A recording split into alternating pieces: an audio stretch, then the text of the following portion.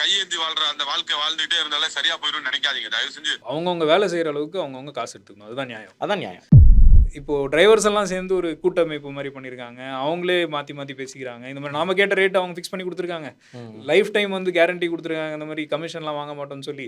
இந்த சப்ஸ்கிரிப்ஷனும் போக போக அதிகமாகறப்போ குறைக்க தான் செய்வோம் அப்படின்னு சொல்லியிருக்காங்க. நீங்க வந்து ஏன் கேட்குறீங்க அப்படின்னு சொல்லி அவரு ஒரு வாய்ஸ் ரெக்கார்டிங் இருக்கு. அத போட்டு காமிக்கிட்டா. காட்டுங்க.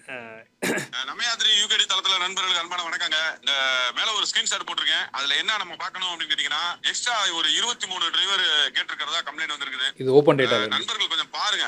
எல்லா கஸ்டமர் வந்து கரெக்டா சொல்லியிருப்பாங்களா என்னன்னு தெரியல. இது கஸ்டமருடைய ஃபீட்பேக் தான். இருந்தாலும் இந்த எக்ஸ்ட்ரா கேட்கிற பழக்கத்தை முதல்ல விடுங்க நண்பர்களே. தயவு செஞ்சு எக்ஸ்ட்ரா கேட்காதீங்க. எக்ஸ்ட்ரா கேட்கறதுக்கு வேற கம்பெனி இருக்கு. அதுலயே கேட்டுட்டு அதுலயே இருந்துட்டு கடைசி வரைக்கும் என்ன சொல்றது, அந்த கையேந்தி வாழ்ற அந்த வாழ்க்கை வாழ்ந்துட்டே இருந்தாலே சரியா போயிடும் நினைக்காதீங்க. தயவு செஞ்சு மன விருப்போட தான் சொல்றேன். இதுக்கு மேல எவ்வளவுதான் வேணும்னு எனக்கே புரியலங்க. இது எவ்வளவு ஒரு நல்ல விஷயமான கட்டணம் நமக்கு தேவையான அளவுக்கு வச்சிருக்காங்க அப்படின்னா இதுக்கு மேலேயே வேணும்னு சொல்லி எதிர்பார்த்தீங்கன்னா கஸ்டமர் என்னதான் நினைக்கிறீங்க? கஸ்டமர் எல்லாம் ஃபாரின்ல இருந்து வராங்கன்னு நினைக்கிறீங்களா? அவங்களும் நம்மள சார்ந்தவங்க தான். நம்மள மாதிரி சாமானிய மக்கள் தாங்க ஆட்டோ பயன்படுத்துறாங்க. தயவு செஞ்சு புரிஞ்சுக்கோங்க. பணக்காரங்க போலீஸ் வரவங்க அவங்க சொந்த கார்ல சிங்கிளா உட்காந்து போயிடுறாங்க.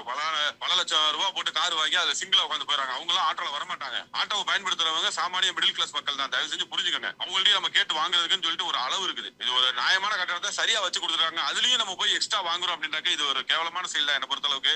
நண்பர்கள் யாரும் தப்பா எடுத்துக்கிறாங்க. கொஞ்சம் ஆதங்கத்துல பேசுறேன். தயவு செஞ்சு உங்களை கெஞ்சி கேட்கிறேன், காலைல விழுந்து கேட்கிறேன். எக்ஸ்ட்ரா வாங்கி இந்த நம்ம யாத்திரையில வரக்கூடிய சவாரிகளை எக்ஸ்ட்ரா வாங்கி பழக்கம் பண்ணாதீங்க. நீங்க எக்ஸ்ட்ரா வாங்கி ஓட்டுறதா இருந்தா தயவு செஞ்சு நீங்க வேற நிறுவனத்திலேயே கூட ஓட்டிக்கங்க. அதை பத்தி ஒன்றும் பிரச்சனையே இல்லை.